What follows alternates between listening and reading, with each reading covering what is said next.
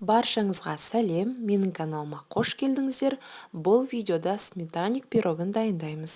Құрғақ және таза ыдысқа ұн, қопсытқыш, қант және бөлме температурасындағы сары майды қосып, қамырды илейміз. Қамырдың басы жақсы бірігу үшін май міндетті түрде бөлме температурасында, яғни жұмсақ болғаны дұрыс. Диаметрі 20 см болатын формаға пергамент қағазын төсеп, дайын болған қамырымызды қолмен жаямыз.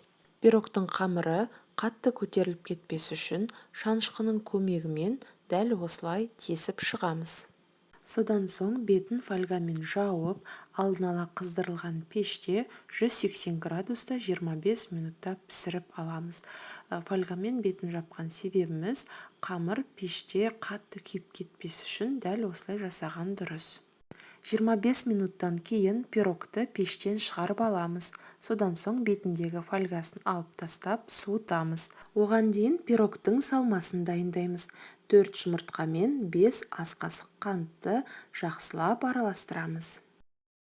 Содан соң 300 грамм 20% қаймақты бір келкі болғанша жақсылап араластырамыз. Содан соң қамырдың үстіне қаймақты массамызды құямыз. Пирогқа әдемілік әрі ерекше дәм беру үшін кез келген жеміс-жидекті пайдалануға болады. Мен бұл видеода тоңазытқышта қатырылған шие жемісін сүйегінен ажыратып қостым, ал сіздер таңқурай, құлпынай немесе қарақат жидектерін қоссаңыз болады.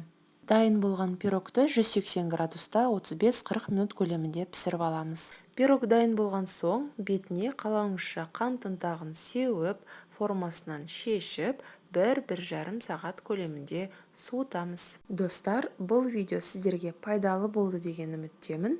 Менің каналыма тіркеліп, лайк басып, комментарий қалдыруды ұмытпаңыздар.